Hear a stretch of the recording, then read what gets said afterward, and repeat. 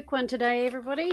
It's just a page and a bit. 13th of April, Monday evening. This was Easter Monday. Living with the quite diverse groups and quite a few perverse as well. And we just get along as best we can. And that's when it's good to know when to speak, when to stand, and when to shut your mouth. That's called wisdom. All right. So I commenced a certificate 2 in hospitality today. I figured I'd do any courses on offer, even if it meant missing the public holiday. I agreed to this one with some reservations. I knew we would cover hygiene and food prep, and this would mean being exposed to the many horror stories of maggots in fast food outlets. Can I ever risk fast food again? Knowing the risk I'm taking. So whenever you do courses, they use case studies and illustrations. So if you're doing a course on food preparation and hygiene, of course they're going to frighten you with stories of when the bench isn't wiped down properly, that, some fast food outlet was found to have maggots in it. I actually bought a loaf of bread from a bakery.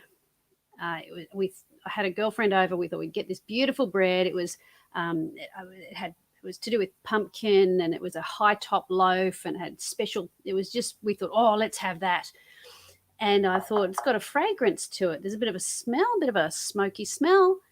And when we cut it open, there was a cigarette butt in the bread, inside the loaf of the bread. Oh my goodness. Yeah. So, that one probably comes down to, I better put this on silent, do not disturb. There we go. All right then. So, there you go. Let's keep going. Yes. So, can I ever risk fast food again, knowing the risk I'm taking? Sure, I can.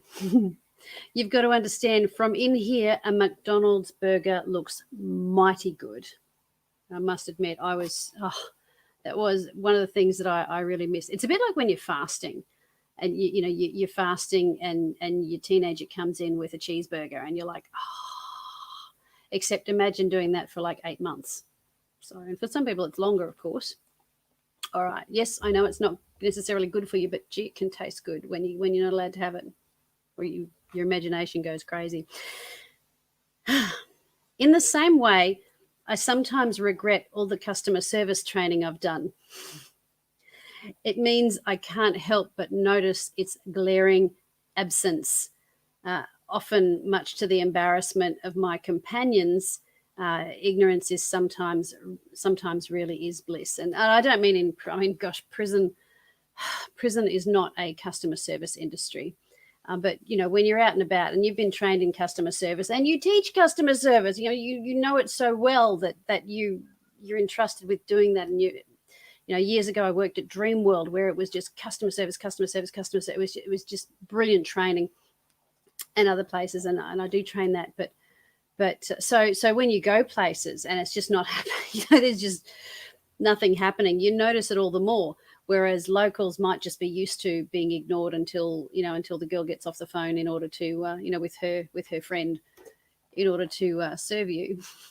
It's always funny. Anyway, I suppose wisdom knows when to speak up and when to let it slide.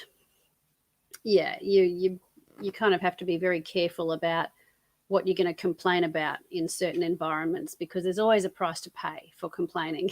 There is. Sometimes you are rewarded with better service, and sometimes someone will spit in your soup. All right. Anyway, I'm learning when to stand my ground and when to yield. While at Warwick, 2 of my roommates, these were my Gen Y buddies, they kept passing wind and laughing uproariously. And so finally I asked if they could you go out of the room to break wind, please? As it was rude and the rest of us shouldn't have to suffer. One of them simply said, no. I tried again.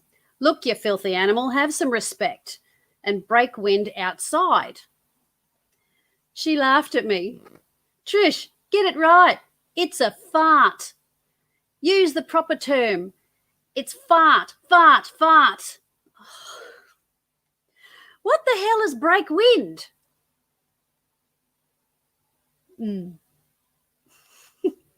At that, I gave up and we both fell about laughing. Thank God she gets out this week. She will be replaced by the burping brigade. These are my young Gen Y friends who could sound a gong just by belching near it. You guys really don't know what you're missing, really.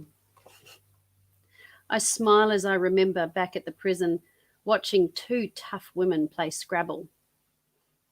To watch and not correct spelling was an exercise in self-control and wisdom only an idiot would try.